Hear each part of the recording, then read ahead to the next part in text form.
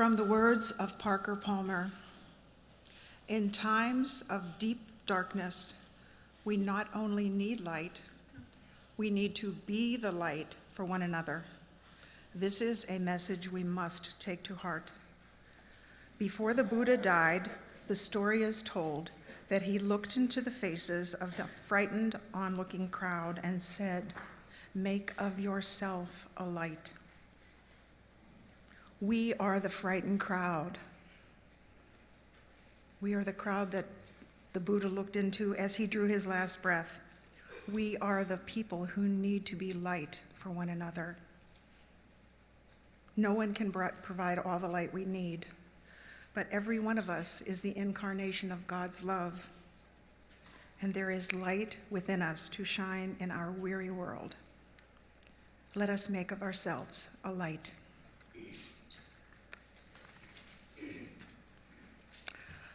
My name is Judith Nylander. My husband Glenn and I have been here at St. John's for over 20 years. Today I want to share with you a story of light in 3 acts, no intermission.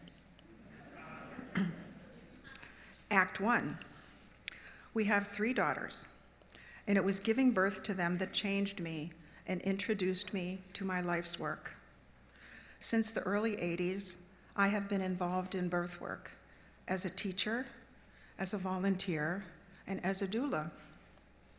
It is my work as a doula, which is another term for labor assistant, that has given me the greatest satisfaction.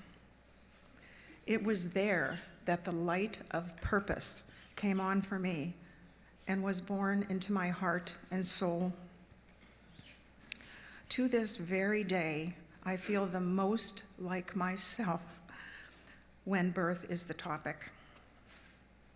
Maybe some of you have experienced that light of purpose in your life, a sense of fitting, of being useful, of being fully yourself. The light of purpose feels like a benediction or a blessing. Act 2. Being present with the family during the hours of labor and birth is unlike anything in my regular life. These times let me leave my daily reality in the car, and I enter the birthing space empty, with open expectation, curiosity, and calm. I attend to the mother in a way that fosters a sense of safety, with the assurance that she will find her way to the birth that is right for she and her baby.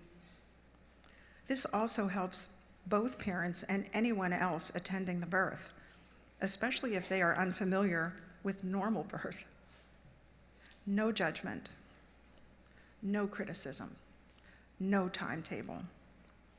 It is unlike the role of a medical professional who must address the health and safety of the mother. The role of the doula is just this: be present with your voice, your actions, and let her know that you believe in her and you believe in birth. I get to witness the light of a truly creative process. Birth is that. And then there is the newborn. The whole room holds its breath as this new person emerges.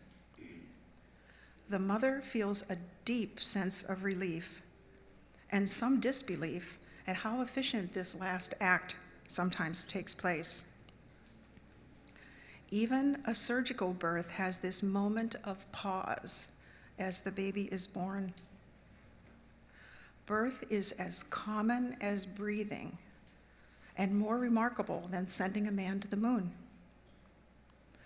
As a doula, I get to witness the first minutes and hours of a new life. It is breathtaking, and it holds the purest kind of hope for new possibilities, new challenges, as this child's birth rearranges everyone to create a transformed constellation of family. The light of birth is powerful. Act 3. And then we think of Mary. We think of Mary, the light of faith that sustained her as she brought forth her son. The circumstances so foreign to the births that I have witnessed, and yet many things the same.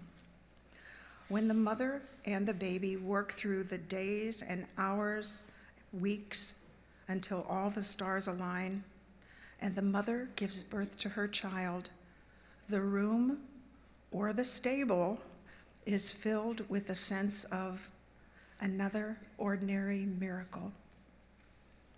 No less miraculous, even though it takes place every minute of every hour here and around the world. With each and every birth, the manifestation of a new light enters, and each is specific and holy. I feel the same way about this room at St. Joan of Arc, where we gather to offer our particular light to each other in music, prayer, and the communal family meal. Thank God for all the ways light and love enter and sustain the world, and where we, specifically here, are safe to ask the eternal question, where is the light? Right here and in us. Amen.